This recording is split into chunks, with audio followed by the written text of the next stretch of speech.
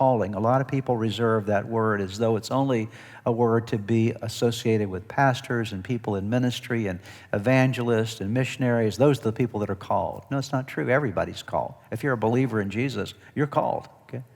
There's a calling for your life. We all have different callings. It's not the same calling, but you have a calling for your life. And a calling is not some fancy thing that you're supposed to, quote, do for God, okay? No, that's not what a calling is. A calling is an assignment. That's all it is. And it's an assignment that God gives you in your life that He expects you to commit yourself to.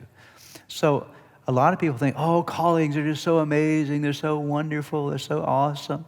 But no, callings are really, they may have a sense of excitement about them, but more often than not, a calling is not about being excited. A calling is about making a commitment to do something, to commit to a work. 36 and a half years ago, in June of 1986, my wife and I and our two little girls at the time answered a call of God to come to Gaithersburg, Maryland to start a church. And I will have to tell you, was I excited about it? Well, maybe a little bit, but more than anything else, I was fearful. I was afraid. I was shaking in my boots, okay? Because I'm coming to an area, I don't know anybody. I don't know how to start a church. I don't have any money, okay? There's all kind of things that we didn't have, but one thing I did have was God, okay? I had a call from God, and so it wasn't as though I'm all thrilled and excited with some massive vision of what we're going to do here. I'm coming in and we're going to turn Gaithersburg upside down. No, I just wanted to make sure I had food the next day. That's what I was worried about, okay?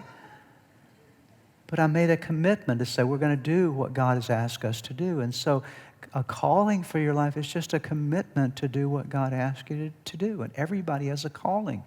Everybody in the church has a calling. You're part of a body, okay? And everybody, your body has parts, and your parts have something to do. If you're called to serve children, then make a commitment to the children's ministry. That's what you do, right? Okay. If you're called to serve as a host, as a greeter, make a commitment to be a host and a greeter, and then show up when you're supposed to show up and do what you're supposed to do and fulfill your calling. If you're called to serve in the parking lot, then you show up, you commit to it. So again, don't make calling such an abstract and weird and strange and highly spiritual thing. No, a calling is something that we respond to as an assignment that has been given to us by God, and we simply commit ourselves to it.